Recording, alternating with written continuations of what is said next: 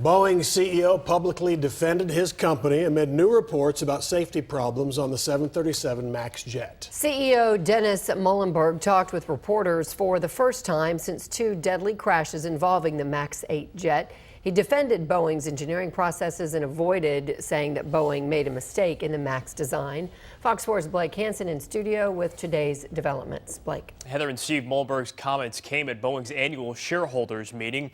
A vote that would have stripped Muhlenberg of some of his powers did not pass, but questions over mismanagement at Boeing took center stage. In Chicago, protesters stood outside the Boeing annual shareholders meeting. They held pictures of some of the victims from the Ethiopian Airlines crash last month. Meanwhile, inside, Boeing CEO and chairman Dennis Muhlenberg got defensive when reporters questioned him about whether the company made mistakes designing the MAX. I think it's really important that we all focus on letting the investigation process run its due course. Our job is to focus on safety, not on speculation. Just hours before the shareholder meeting got underway, the Wall Street Journal reported that Dallas-based Southwest Airlines, which fields the biggest U.S. fleet of the MAX 8 with 34, was initially not told by Boeing that a safety feature found on earlier models that warns pilots about malfunctioning sensors had been deactivated.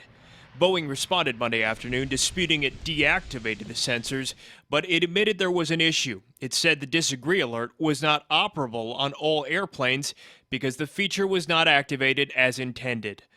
Those sensors are tied to an anti-stall system believed to have played a role in both the Ethiopian Airlines crash and Lion Air crash in Indonesia in October. In the wake of the Ethiopian crash, airlines around the world, including Southwest and Fort Worth-based American Airlines, forced to ground the jet. Boeing is currently working on a software fix. Meanwhile, attorneys for victims' families filed a flurry of new lawsuits Monday against Boeing. It was up to Boeing and the others in charge to save them.